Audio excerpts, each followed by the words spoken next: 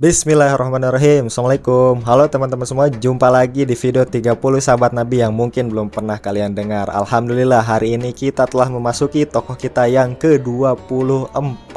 Dia adalah Tufail bin Amr ad-Dawsi. Tufail bin Amr ad-Dawsi merupakan salah satu pimpinan kabilah bangsa Arab yang bernama kabilah Daus, dan dia berasal dari negeri yang bernama Tihamah. Ia pun terkenal sebagai salah satu penyair bangsa Arab dan sering mengikuti pasar kesenian atau festival kesenian Ukas. Jika Khalifah Umar bin Khattab sebelum dia masuk Islam, dia terkenal juga sebagai salah satu jawara gulat di pasar Ukas ini. Nah, jika Tufail bin Amr ad-Dawsi adalah salah satu tokoh jawara penyair di festival kesenian Ukas. Kisah masuk Islamnya Tufail bin Amr ad-Dawsi dimulai ketika suatu hari ia melakukan kunjungan ke Mekah. Seperti halnya para pembesar kabilah Arab lainnya, ketika kunjungan mereka saling mengunjungi tokoh-tokoh ternama. Nah, salah satunya saat itu yang ramai diperbincangkan adalah Muhammad bin Abdullah, yang sejak lama ia terkenal sebagai Al-Amin di kota Mekah, dan juga hari ini terdengar desas-desus kabar dia mengaku sebagai utusan Allah. Maka ketika bertemu dengan para pemuka kaum kafir Quraisy, Tufail bin Amr ad-Dawsi ini menceritakan kedatangannya, yakni salah satunya untuk bertemu Muhammad bin Abdullah. Mendengar ucapan dari Tufail bin Amr ad-Dawsi ini, para pembesar kafir Quraisy pun melarang Tufail bin Amr ad-Dawsi untuk bertemu Rasulullah Muhammad SAW. Dibuatlah fitnah-fitnah yang sebenarnya tidak ada dasarnya untuk membuat Tufail bin Amr ad-Dawsi ini urung bertemu Rasulullah Muhammad SAW. Dikatakan bahwa Rasulullah Muhammad memiliki ilmu sihir, perkataannya itu bisa mengundang kecelakaan, dan lain-lain. Perkataan dari para pembesar Quraisy itu membuat Tufail bin Amr ad-Dawsi menjadi khawatir akan keselamatan dirinya ketika bertemu dengan Muhammad bin Abdullah, yang akhirnya ia memiliki siasat untuk menutup telinganya ketika dia pergi ke Masjidil Haram, karena kata para pembesar Quraisy tersebut, Muhammad bin Abdullah biasanya ada di Masjidil Haram. Namun suatu hari ketika ia berkunjung ke Masjidil Haram dalam keadaan tertutup telinganya oleh kapas, ia melihat Rasulullah Muhammad SAW dengan ciri-ciri yang sudah diceritakan oleh orang-orang kafir Quraisy tersebut. Ia pun berusaha untuk fokus terhadap kunjungannya dan tidak mendengarkan bacaan Quran yang tengah dibaca Rasulullah Muhammad SAW yang saat itu tengah sholat di pelataran Ka'bah. Namun qadarullah, atas izin Allah Subhanahu wa taala, walaupun telinga dari Tufail bin Amr ad-Dawsi ini tertutup oleh kapas, tersumpal gitu ya, tidak mampu mendengar, tetapi bacaan Quran itu tetap bisa masuk ke dalam telinganya. Dan saat itulah ia baru tersadar bahwa aku ini orang yang intelektual, terkenal sebagai orang bijak bestari, salah satu pemimpin kaum Daus gitu di kabilah Arab. Tetapi kenapa aku takut dengan perkataan yang seperti ini? Jika perkataan dari Muhammad bin Abdullah ini jelek seperti yang dikatakan oleh orang-orang kafir Quraisy, para pembesar kafir Quraisy itu, maka akan dengan mudah aku hindari. Namun jika perkataannya baik, tidak ada salahnya aku akan mengikutinya. Maka Tufail bin Amr ad-Dawsi ini pun pada akhirnya memutuskan untuk mendekati Rasulullah Muhammad SAW yang saat itu tengah membaca Al-Quran di pelataran Ka'bah.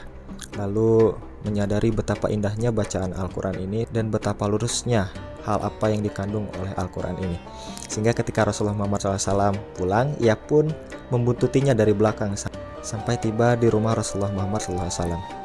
Ketika Rasulullah Muhammad SAW sudah masuk ke rumahnya, Tufail bin Amr ad-Dawsi ini pun minta izin untuk masuk dan menceritakan tujuan kunjungannya ke Mekah, yakni salah satunya untuk bertemu dengan Muhammad bin Abdullah. Namun ia sempat dihadang oleh para pembesar Quraisy untuk bertemu dengan Muhammad bin Abdullah yang saat ini tengah berada di depannya, dan bagaimana ia mendengarkan Al-Quran. Lalu Rasulullah Muhammad SAW pun menjawab dan menjelaskan apa itu agama Islam, apa dakwah yang ia bawa, dan risalah apa yang dibebankan kepadanya. Sehingga Tufail bin Amr ad-Dawsi ini pun menjadi takjub atas penjelasan Rasulullah Muhammad, dan ia pun menjadi sadar tidak ada yang lebih baik dari perkataan ini, yakni Al-Quran, dan tidak ada yang lebih lurus yang dibawanya selain dari dakwah Rasulullah Muhammad SAW. Sejak itu pun ia bersyahadat dan masuk Islam. Ketika Tufail bin Amr ad-Dawsi ini pulang ke kabilahnya suku Daus dan juga negerinya di Tihamah, ia pun menjalankan dakwah di sana. Ia menyeru pertama-tama Islam kepada keluarganya, hingga akhirnya bapak dan ibunya dan juga istrinya pun masuk Islam.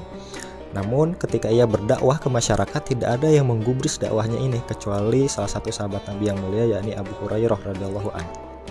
Keputusannya untuk masuk Islam seringkali dicemooh oleh para petinggi kabilah Daus lainnya. Pada awalnya Tufail bin Amr ad-Dausi meminta kepada Rasulullah Muhammad SAW untuk berdoa kepada Allah agar kabilah Daus yang telah menolak dan menghina dan juga mencemooh dakwah dari seorang Tufail bin Amr ad-Dausi agar dibinasakan. Namun begitu mulianya Rasulullah SAW dan berikan teladan kepada para dai, yakni Rasulullah Muhammad justru berdoa agar Allah Subhanahu wa taala menurunkan hidayah kepada kabilah Daus. Dan ia pun berpesan kepada Tufail bin Amr ad-Dausi untuk kembali berdakwah di sana, namun memperbaiki akhlaknya agar bersikap lemah lembut terhadap masyarakatnya yang ia dakwahi. Hingga akhirnya atas izin Allah Subhanahu wa taala dakwah Tufail bin Amr ad-Dausi di Tihamah pun membuahkan hasil yang amat luar biasa, yakni ketika pembebasan Khaybar, Tufail bin Amr ad-Dausi membawa sekitar 80 keluarga yang berbaiat kepada Rasulullah Muhammad SAW pasca pembebasan kota Khaybar.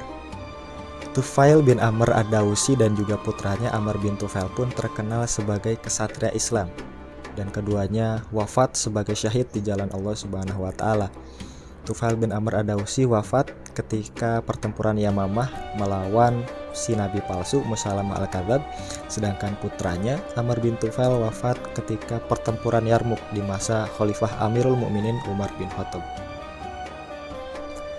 Dan itulah tokoh kita untuk hari ini, seorang Tufail bin Amr ad-Dausi. Banyak sekali yang bisa kita teladani dari kisah hidup beliau ini. Mudah-mudahan video ini bisa bermanfaat. Kita ketemu lagi di tokoh selanjutnya, masih dalam video 30 sahabat Nabi yang mungkin belum pernah teman-teman dengar. Terima kasih sudah menonton, selamat berbuka. Assalamualaikum warahmatullahi wabarakatuh.